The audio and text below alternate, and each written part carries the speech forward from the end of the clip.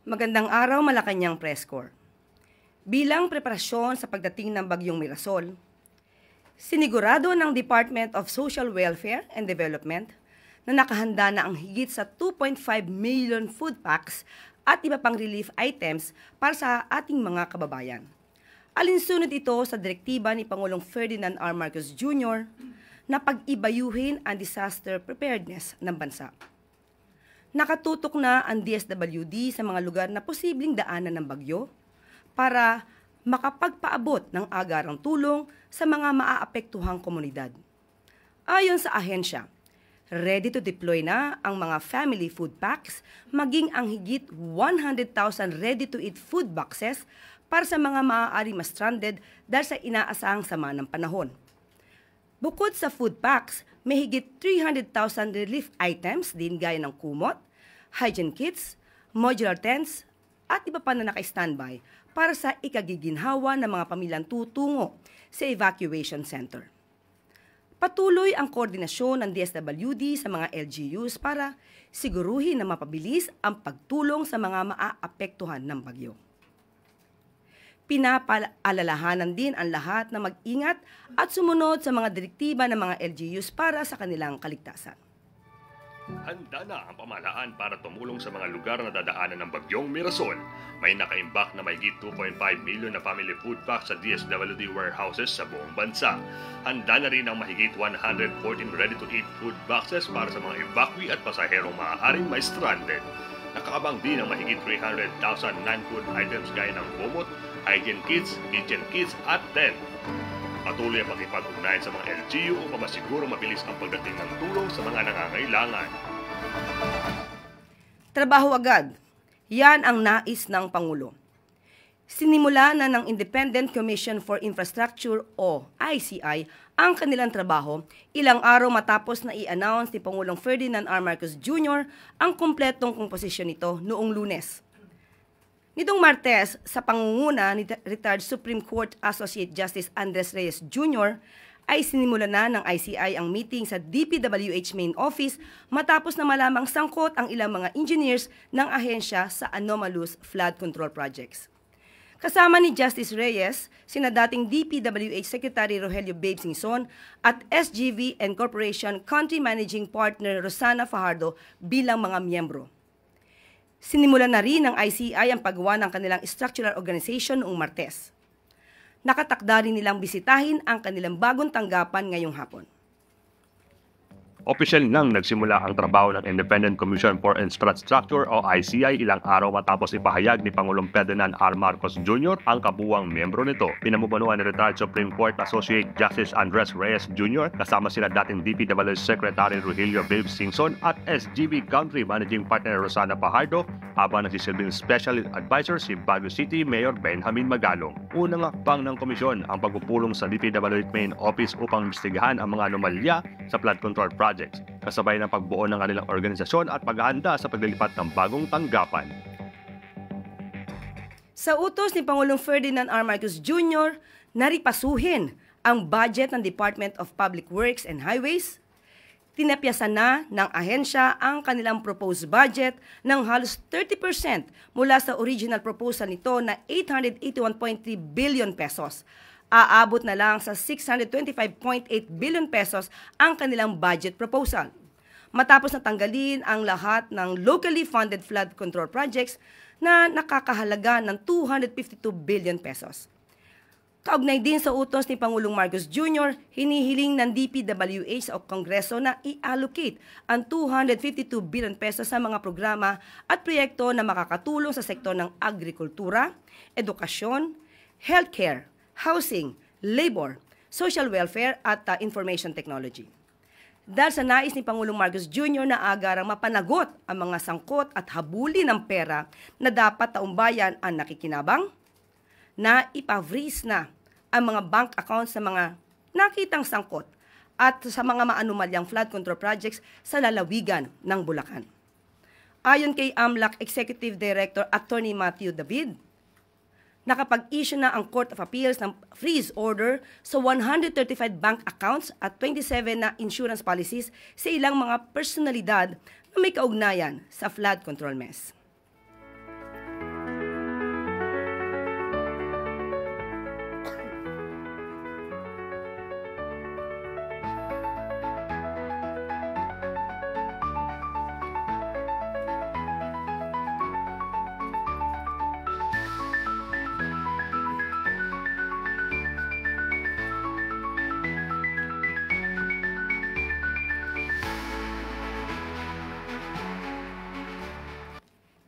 At maaari na po akong tumanggap ng inyong mga katanungan.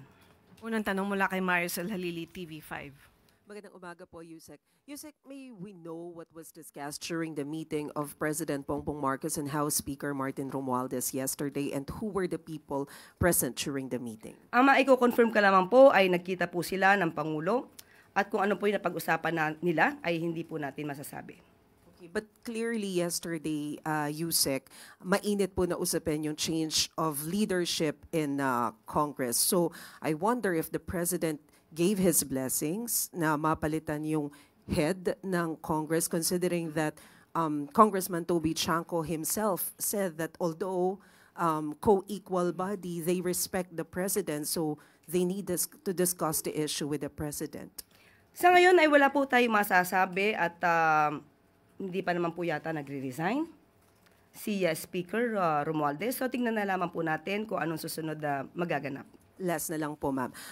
What does Malacanang think about the possible change of leadership in Congress? How will this help when it comes to preserving the integrity of the institution or the government as a whole, considering po na na-link din si Congressman Romualdez issue ng flood control projects, although not directly, but he was mentioned. If ever man po na mag-resign si Speaker Romualdez, at ito po ay para maging malaya ang pag-iimbestiga, lalo pat nababanggit nga ang kanyang pangalan. Magiging maayos po ito at makatanggap-tanggap kung ang kanyang dahilan po ay para maging maisalba rin po ang integridad ng institusyon at para nga sa isang malayang pag-iimbestiga. Salamat po.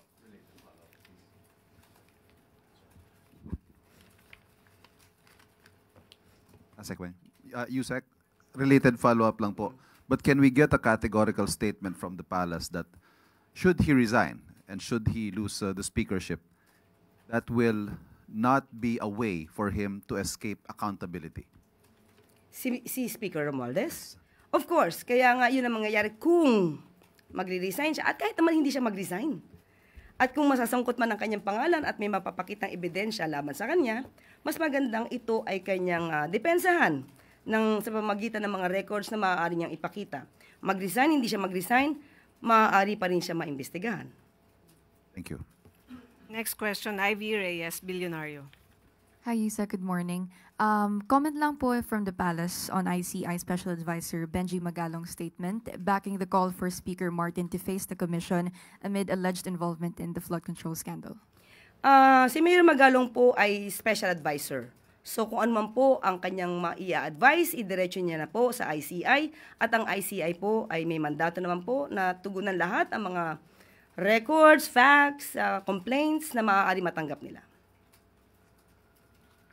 Sunod na tanong, Alvin Baltasar, Radyo Pilipinas. Yusek, good morning po.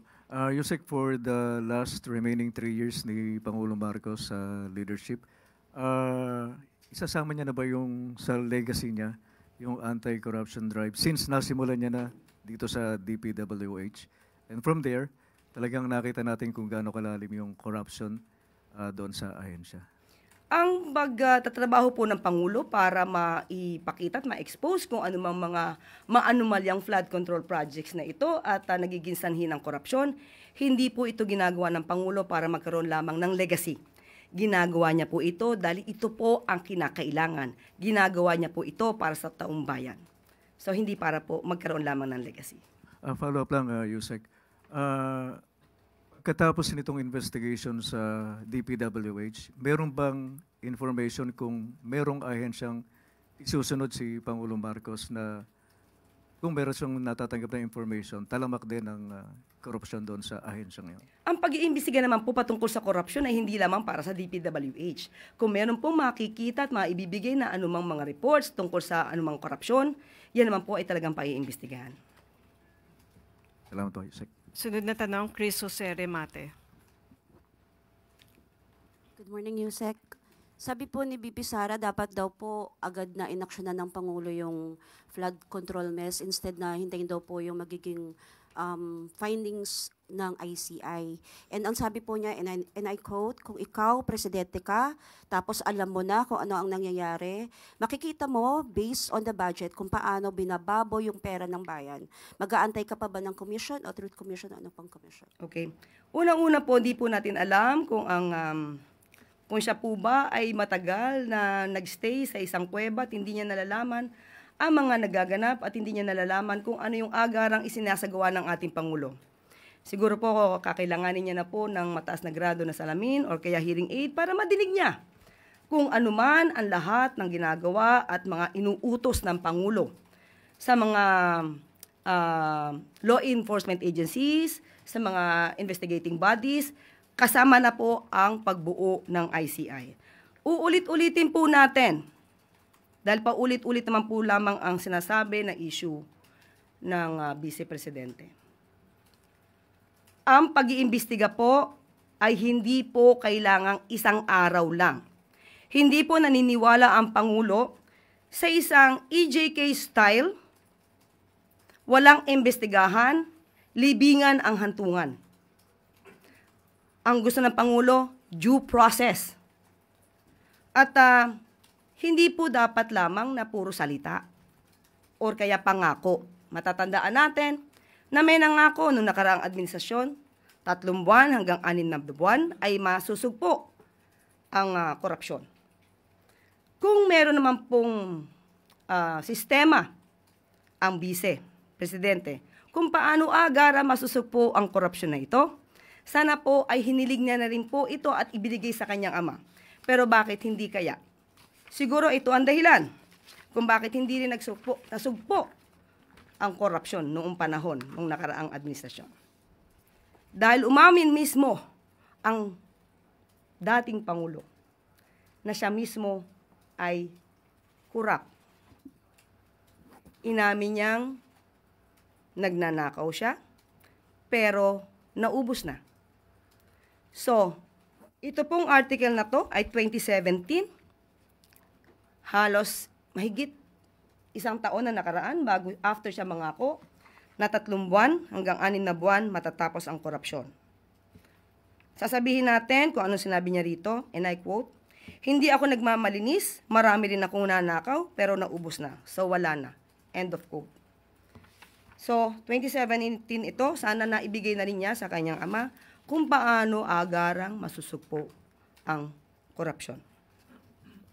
Ma'am, isa na lang po.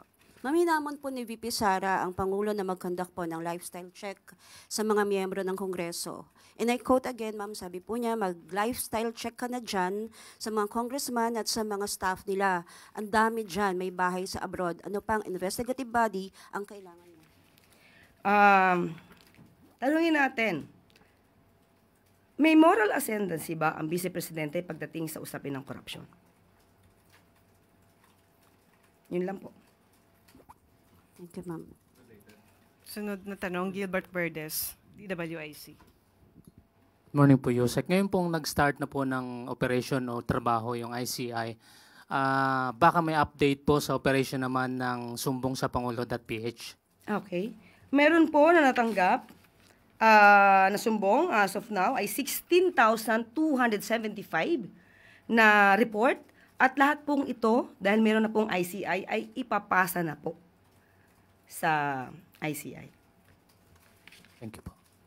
Sunod, Tuesday, New DZBB. Hi ma'am, follow up lang po doon sa meeting ni Pangulong Marcos at ni House Speaker Romualdez. Sa tingin po ba ng palasyo itong possible na pagbibitiw, kung magbibitiw man si Speaker o kung mag-on leave lang, ay nararapat lang para i-appease o pahupain yung damdamin o emosyon ng taong bayan dahil nababanggit nga po ang pangalan ni Speaker sa issue ng hindi tamang paggamit ng pondo ng bayan? Para pahupain ang damdamin? Sabi ko nga po, ang sabi po natin, mag-resign o hindi mag-resign, at ang kung pangalan niya ay nasasama, maiimbestigahan naman po ito. So, decision na po iyan ni Speaker Romualdez kung siya po ay magre-resign. So, hanggat hindi po talaga siya nagre-resign, ay wala naman din po talaga magiging reaksyon ng palasyo. Thank you po. Last question, Let Narciso DZRH. Ma'am, other topic lang po, ipinatigil po ng Supreme Court yung implementasyon ng redistricting ng BARM. Ano po ang reaksyon ng Pangulo dito, lalo't ilang linggo na lang ay election na sa BARM? Kung yan po ang desisyon ng Supreme Court, yan naman po ay gagalang. Kung ano pong inuutos sa Supreme Court, magkukumplay naman po ang pamahalaan.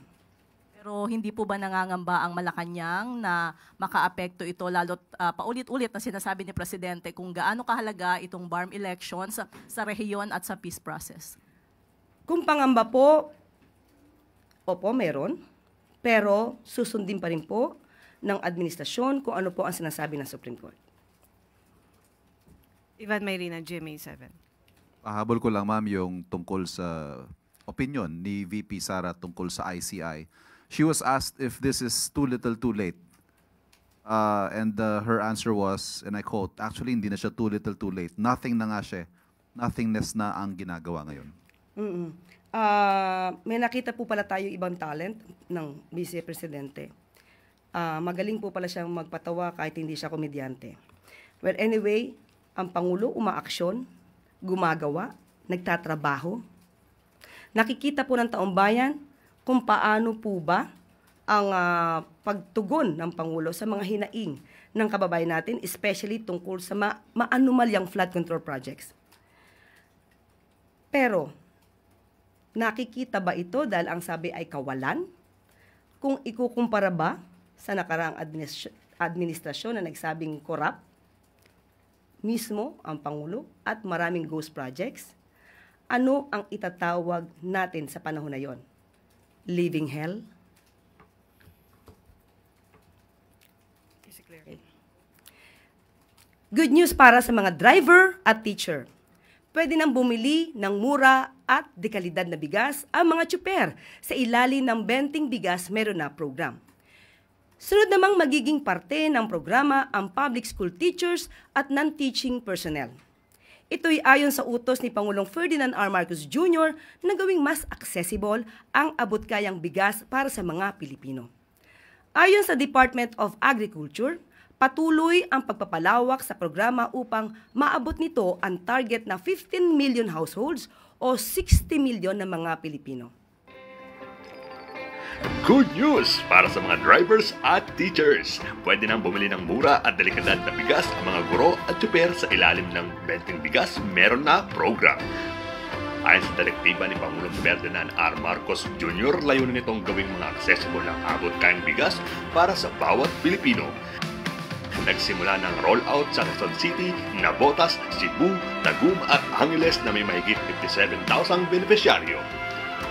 Target ng administrasyon na maabot ang 15 milyong kabahayan pagsapit ng 2026 katuwang ang sapat na supply ng NFA. Primary healthcare at gamot, abot kamay na ng mga manggagawang Pilipino. Ito ang direktiba ng Pangulo. Inilunsad ng PhilHealth katuwang ang DOLE, ang Yaman ng Kalusugan o YAKA program kahapon sa Yasaki Torres Manufacturing Incorporated sa Calamba City, Laguna. Hindi nahadlang ang busy schedule sa pag-aalaga ng kalusugan. Inilapit na ng PhilHealth sa mga opisina, eskwela at komunidad ang health services para sa mga mamamayan. Walang maiiwan, lahat maaalagaan. Lahat ng Pilipino pwedeng maging miyembro ng yakap. Sa ilalim ng programa, maaari nang makakuha ng libreng gamot at primary healthcare gaya ng check-up, cancer screening at lab test ang mga miyembro nito. Maaari magparehistro sa YAKA program gamit ang eGov app at PhilHealth member portal o magtungo lamang sa mga lokal na tanggapan ng PhilHealth at malapit na YAKAP clinics sa inyong lugar. Primary healthcare at gamot, abot kami na ng manggagawang Pilipino. Inulunsad ng PhilHealth at YAKAP program sa Calamba City upang ilapit ang health services sa mga opisina, eskwela at komunidad. Bahagi ito ng layunin ng Pangulong Ferdinand R. Marcos Jr. na may sakatuparan ng universal healthcare para sa lahat. Sa ilalim ng YAKAP, maaari makakuha ng libreng gamot, check-up, cancer screening at laboratory test sa mga miyembro. Maaari magparehistro gamit ang eGov app, PhilHealth member portal at sa mga lokal na tanggapan at YAKAP clinics sa inyong lugar. At dito na po rin tatapos ang ating press briefing. Magandang araw para sa bagong Pilipinas.